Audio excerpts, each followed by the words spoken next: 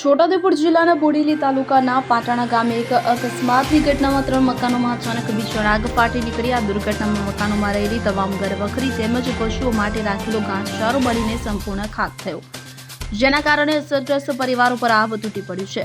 ઘટનાની જાણ થતાં જ બોડેલી એપીએમસીનું એક ફાયર ફાઇટર તાત્કાલિક ઘટના સ્થળે દોડી ગયું હતું, પરંતુ માત્ર એક જ ગાડી ઉપલબ્ધ હોવાથી આગ ઓલવવા માટે ગામની પાણીની ટાંકીમાંથી પાણી ભરીને કાબુ મેળવવાના પ્રયાસો હાથ ધરવામાં આવ્યા હતા અને આ કપરી પરિસ્થિતિમાં સ્થાનિક ગ્રામજનો પણ ભારે આવ્યા હતા અને આગ ઉપર કાબુ મેળવવાની સાથે ઘરનો કિંમતી સામાન બચાવવા માટે ભારે જહેમત ઉઠાવી હતી. હાલમાં પોતાનું સર્વસ્વ ગુમાવી ચૂકેલા પીડિત પરિવારો દ્વારા સરકાર સમક્ષ વહેલી તકે આર્થિક સહાય પૂરી પાડવામાં આવે તેવી માંગ કરવામાં આવી છે.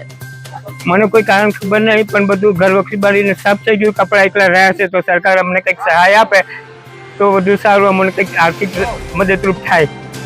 ગામ લોકો બધા ભેગા થયા અને ગામ લોકો ફોન કર્યો, બંબો આવ્યો અને આગ ઓલાવવાનું ચાલુ કર્યું અને બંબાને બી પણ એ લોકો જ કર્યો.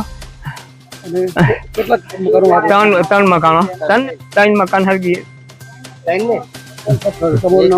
મહેન્દ્રભાઈ ચંદુભાઈ બારિયા.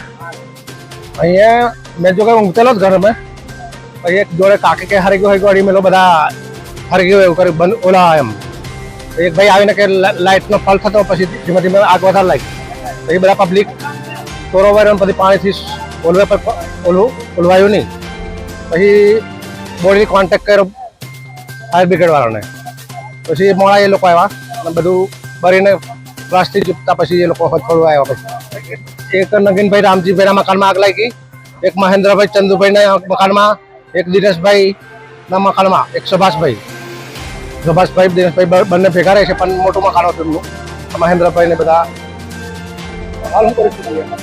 હવે એ લોકોને હા પરિસ્થિતિ બહુ બેકાર, તારે બધું હા ભરી ગયું. હું એમની પાસે કપડા એલા પહેરેલા છે, બાજુના ઘરમાંથી બધું આગ લાગીને મારા ઘરમાં આગ લાગે એવી પરિસ્થિતિ, પણ બધું ખાલી કરી નાખ્યું પાણીથી. બધા ગામ લોકો આવીને બધું.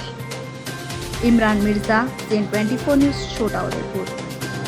હવે જુઓ દેશ દુનિયાની તમામ ખબરો તમારી આંગળીના ટેરવે.